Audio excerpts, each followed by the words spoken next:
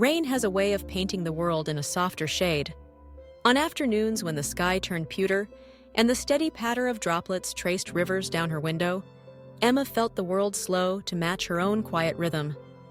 She cherished those rainy days, when the city's usual commotion faded into a gentle hush, and her cozy apartment became a sanctuary filled with the scent of wet pavement and the faint sound of distant thunder. It was on one such afternoon, as she returned from the corner cafe with a book and a mug of chamomile tea, that Emma noticed the first letter. A single sheet of cream paper, folded neatly, peeking from beneath her door. No address, no signature, just her name, written in careful handwriting across the front. Curiosity bloomed within her. She unfolded the letter, expecting perhaps a note from the building superintendent or a neighbor about a package left in the lobby. But the words inside were different, gentle, poetic, and addressed directly to her. I often see you on rainy afternoons, reading by your window. You look so peaceful there, as if you belong to the rain and the quiet. I hope you don't mind me saying so. Emma read the letter twice, searching for clues. Who could have written it? She thought of the other tenants on her floor. There was Mrs. Aldridge, who always wore house slippers, and the young couple with the baby down the hall. And then there was the man across the corridor, whose name she didn't know. He was tall and reserved, always nodding politely in the elevator, but never speaking. She set the letter aside, unsure what to make of it. Over the next few weeks, the rain returned, and so did the letters. Each time the weather turned gray, and the city hid beneath umbrellas. Another note appeared beneath her door. They were always brief, always kind.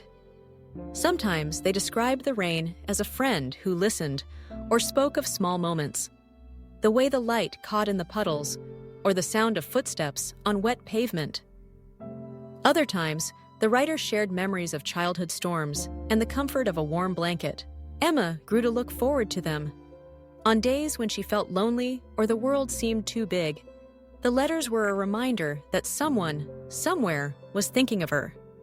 She began to notice the little details her mysterious correspondent described, the way the rain shimmered on the glass, the scent of earth after a storm. She tried to guess who it was. Once she lingered by her door, hoping to catch the letter's deliverer in the act.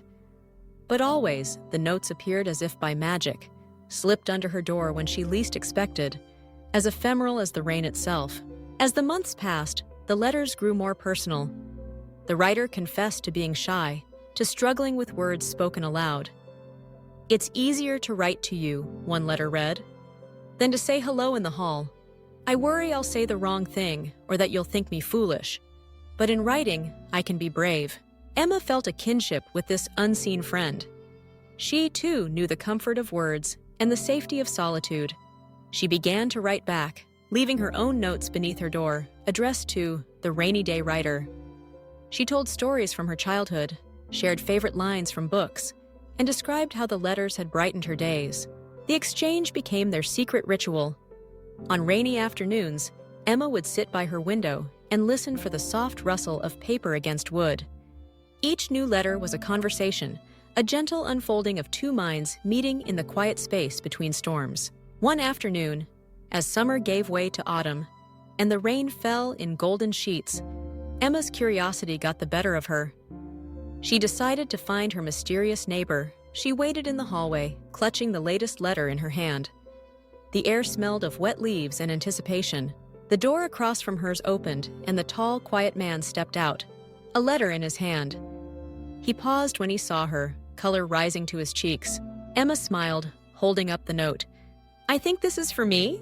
He nodded shyly. I'm sorry. I didn't know how else to say hello."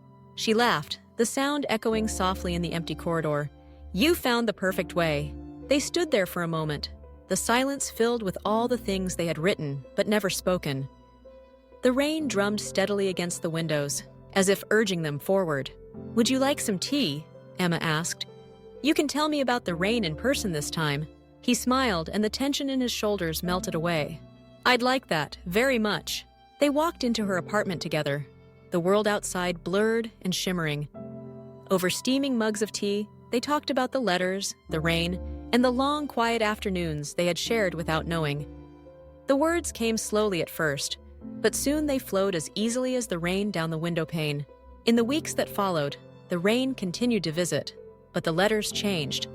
Now, they were handed over with a smile or left on a pillow, not slipped beneath a door.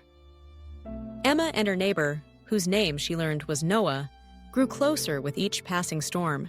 They discovered the small joys of companionship, sharing books, watching old movies, venturing out for walks beneath shared umbrellas.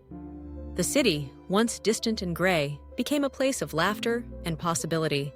Yet even as their lives intertwined, the letters remained, a testament to the courage it takes to reach out, even in silence.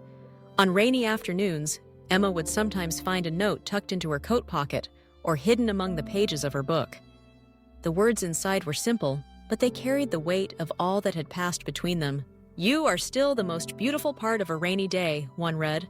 "Thank you for opening the door." As the seasons changed and the rain gave way to sunlight, Emma realized how much her world had grown.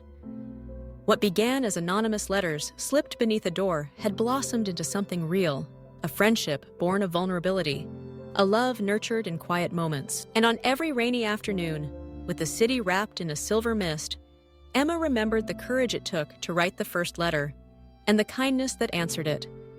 In the gentle hush of falling rain, she knew she was not alone.